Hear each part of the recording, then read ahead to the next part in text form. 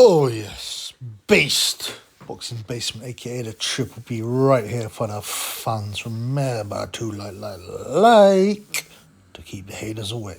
Now, we've got big fights this weekend. I'm really looking forward to it. As I said, Rakimov, Joe Cordina. I'm going for Rakimov by stoppage.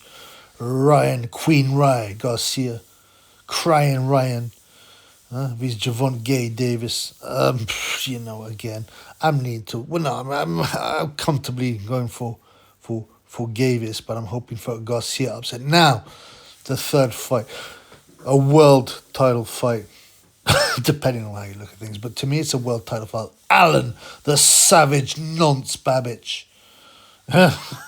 Well, it's the Savage Babic, which kind of rhymes. It's cool. Some people say it should be Alen the Cabbage Babbage. I mean, there's some weird stuff with this girl, right? He met when she was 17 and he was 32, and they married her like I don't know. I think when he was 17. It's a bit creepy. Especially he got that look of a kind of massive kind of bouncer, sort of intimidating gangster type, and she's just a pretty little thing. But she probably feels she's protected by the big man. But to me, it's a little creepy. Anyway, and then you got, in the other corner, Lukasz Rozanski from Poland. Yeah, the cabbage is from Croatia, by the way. Now, this is where it gets interesting. So it's for the WBC Bridgeweight title. Okay. Now, a lot of people hating on the Bridgeweight title. I think the inaugural champion was Oscar Rivas, if I'm not incorrect. And he fought some Polish guy, I think, who went the distance. I think Rivas is retired now. I mean, he can at least say I was the first ever Bridgeweight champion of the world. Which is, it's considered a bit of a joke, but the cruiserweight division was considered a bit of a joke at one stage, right? The guy beat was Ryan Rozanski. I think he's a Polish origin, but he's actually Canadian. But another guy with stupid tattoos. He's a bit of a Chad, actually, Ryan Rozanski looking, but he got beat. So Rivas. So the Bridgeweight division is considered a joke, yeah. You see, I don't totally agree with that. Now let me be straight, okay? It's in infancy now, but the cruiserweight division was considered a joke. Originally when it had 8 divisions, things like light middleweight were considered a joke. You remember when the super middleweight title started? There was Chong Pal Park, Fulgencio Obel Mejias, Murray Sutherland. No one considered those guys. Lindell Holmes. No one considered these guys real champions, right? Took a few years, but now we know the super middleweight is a serious division. So we might see this with Bridgeweight, and this is very odd. In many ways, I support the Bridgeweight division. Yeah, the actual title's whack, Bridgeweight. Apparently named after, it's pathetic, right? Oh, it's named after this kid called Bridger, who, heroically, back him, saved his little sister, I think, from a rabid pit bull. So that's cool. But they could have called it Bridgeweight. That actually makes more sense, like a bridge between cruiser and heavy. I'd hate to have it called junior heavyweight, which apparently, I think the IBF called it cruiserweight junior heavyweight at one stage, which is pathetic. And they used not to agree, the cruiserweight title, they used not to agree on the weight. One had it at 195, one had it at 190. Now it's 200, which I think makes sense. The reason I'm saying that the Bridgeweight division, whatever you want to call it, should be in effect, right, is because, the jump from 200 pounds to the average heavyweight is about 250, 240 pounds now, right? So that seems like a big jump. But I'm against generally having loads more divisions. What they should do is take away some of the nonsense divisions, light flyweight, minimum weight, anything below flyweight. Flyweight's pathetic division anyway for the modern man. I mean, in the 900s when it's invented, it was fine. The average, for example, the average British soldier, right in the trenches, was 5'2", blood.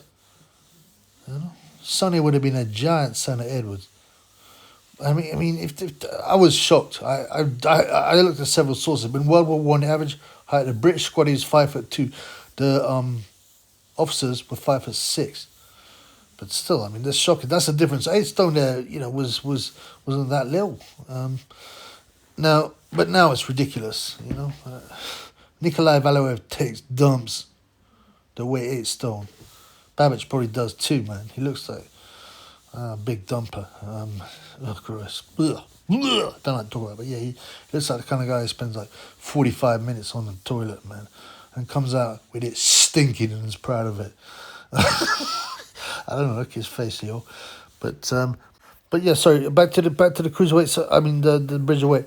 I mean, did they get rid of some of those minimum weight, straw weight, light flyweight? Get rid of those 3 divisions and put in the bridgerweight. I mean, maybe not call it bridgerweight, call it bridgeweight.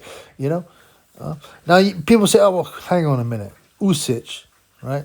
By the way, my dog, by the way, is drinking, so I'm not whacking, right? Everyone accused me of whacking with my dog Tyson drinking.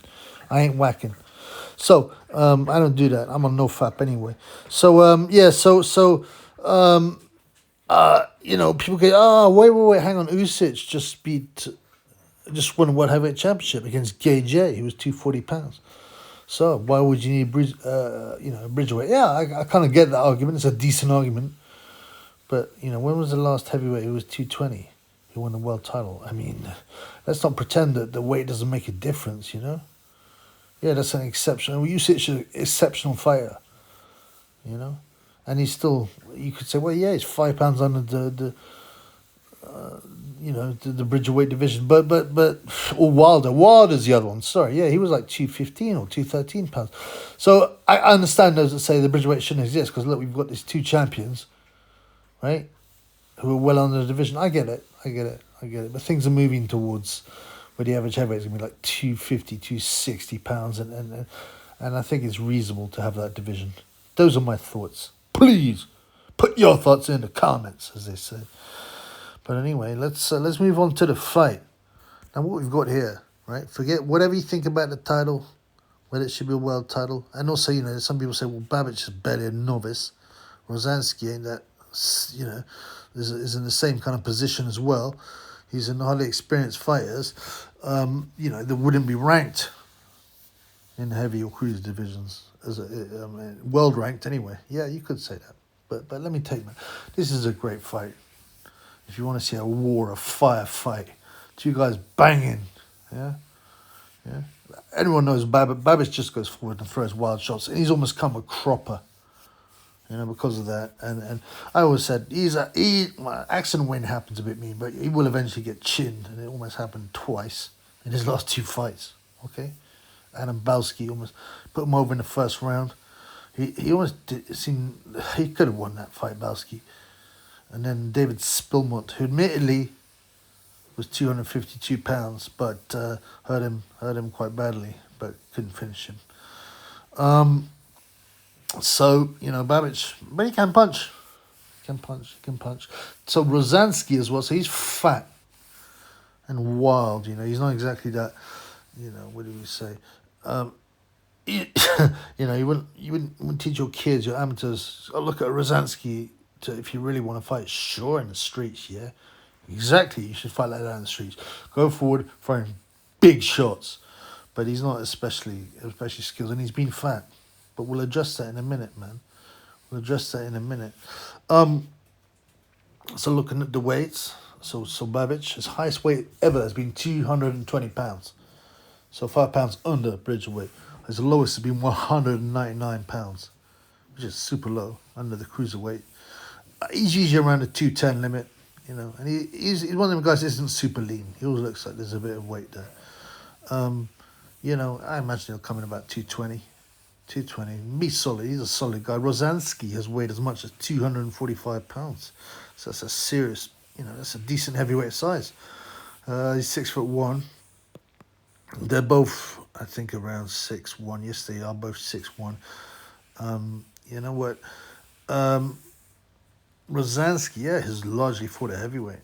You know, he's largely fought a heavyweight. You know, he's been mainly the mid 230s. I think would be his average weight. His lowest weight ever is his last fight, 223 pounds, which is under the bridgerweight division. So only once has he been under the bridgerweight division, but that's okay. It means he's not going to have to starve himself. You know, he's not been that active, right? In the last, he had no fights in 2022, so that's interesting. He only had 1 fight in 2021. So he's not been active. He's not been active. What's his age? I can't find his age. Let me have a look. Okay, so Babic is 32, although he looks more like 40. Rozanski is 37. Okay. That's interesting. That's interesting. I mean, these days you'd think 37, I mean, Joyce is 37, The Big Bang is almost 40. So it's not a death sentence, 37. But it's interesting here that Rozanski's older and has not been active. Would that make a difference? I don't know, man. To me, this is not going to be a battle of skills and wits. This would be just a battle of banging. I hope so, anyway. Sometimes these fights that are meant to be tear-ups don't turn out to be that way. But surely these two guys are just going to go lock horns and throw big shots, man. So look at Babic's record. 11 wins, 10 losses. 10 losses. 11 wins, no losses. 10 wins by way of big knockout. He went distance with Adam Balski, who, with a bit more ambition, could have won that fight, actually. And Balski was only 210, so he's a bridgerweight himself. Babic was down in the first round, right? He's beaten ex-world challenger Eric Molina. I think Eric Molina challenged twice, didn't he? Against Wilder and Gage, I think so. The so-called drummer boy, which is one of the wackest nicknames in boxing. But yeah, I mean, he kind of gives up, doesn't he, Molina, when he gets hit. He was down 5 seconds in the first round and 3 times in the second. I mean, I actually thought Molina had a chance. And he probably did if he'd bothered trying, But, I mean, technically on paper, that's his best win. Apart from that, so Mark Bennett was 272 pounds, was really fat. I don't know. It was a bit of a joke that he found it really hard to put him away. But yeah, it's got to be the Eric Molina win, really. His best win. Or Adam Balski, but that wasn't a convincing win, was it? So, we haven't got any world-class wins there. Rozanski, 14 wins, 13 big wins by way of knockout, as David Greenblatt would say. But Spilka is his best win. You remember? Artur Spilka from Poland. Now, he was 24 wins and four losses then. Now, he wasn't a bad fighter in the sense that, he could hold his hands up. Wilder, he gave Wilder some problems to Wilder. Absolutely sparked him in 9 rounds. And Spilka's been, he's been knocked out 5 times now, and early usually. Apart from Wilder, they've been early. Oh no, Brian Jennings knocked him out in 10. Wilder in 9. Kaunaski in 4. Chisora in 2. I'd forgotten about that one. And then Lukasz Rozanski earned him out in 1 round. So his chin seems to be getting more and more, China-like. And I don't mean that as in Chinese. I mean that as in, the crockery. So, I mean, that's not a bad win in some ways. Ex-world title challenger. Knocked out in a round. Apart from that, who is it? Izwagbe Ugono, who is he's from Poland allegedly, but now lives in Las Vegas. Okay, well, he's obviously, I don't know, I imagine he's from Nigeria originally. He's obviously African, I don't know which country, but he lost in 5 rounds to Brazil, so he had 1 loss. He knocked out Gregory Tony in 2 rounds. This guy Uguano was not bad, but Lukasz chinned him in 4 rounds. That's not a bad win. And if you look at Rozanski's records, right, they're all recently they're all KOs in the early rounds. He went the distance once on a 4-rounder in his second fight. Apart from that, you're like KO1, KO1, KO1, KO2, KO1, KO2, KO2, KO1, KO4. Do you get me? KO2, KO2, KO1. Almost all his wins are around KOs in either round 1 or 2. And this was where it makes it interesting. So what happens? Now the bookies have it evens. Have it exactly evens. And they all expect a knockout within 4.5 rounds. The difference in price between Babic knockout or Rozanski knockout or just a win is like the difference between 2.0 and 2.2, like almost nothing. So everyone expects a KO there.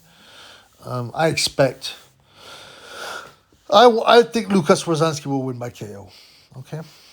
Okay. Now there's a bit of a risk here because he's 37 and he's had like one fight in 3 years, more or less. Okay.